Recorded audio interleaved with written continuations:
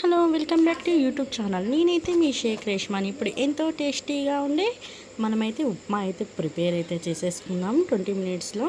చూడండి, మరెందుకు ఆలస్యం, ఈ వీడియో అయితే మనమైతే ఇప్పుడైతే ప్రిపేర్ అయితే చేసేసుకుందాం.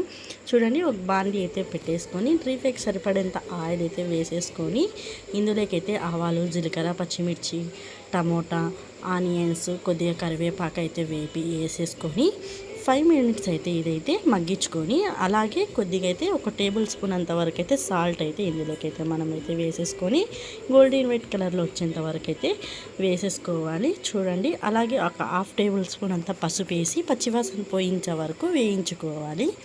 చూడండి, ఇలా పచ్చివాసన పోయేంత వరకు మనమైతే వేయించుకోవాలి. అప్పుడే మనకి ఎంతో టేస్టీగా అనేది ఉంటుంది ఉప్మా.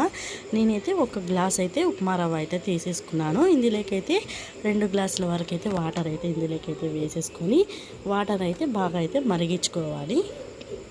చూడండి, ఇలా అయితే వేసేసుకొని వాటర్ని అయితే మరిగించుకొని మనమైతే ఒక గ్లాస్ వరకు అయితే ఉప్మా రవ్వ అయితే కొలుచుకున్నాం కదా, ఇందులోకైతే ఇలా అయితే కొద్దిగా వేసుకొని ఉంటలు లేకోకుండా బాగా అయితే మిక్స్ అయితే చేసేసుకోవాలి.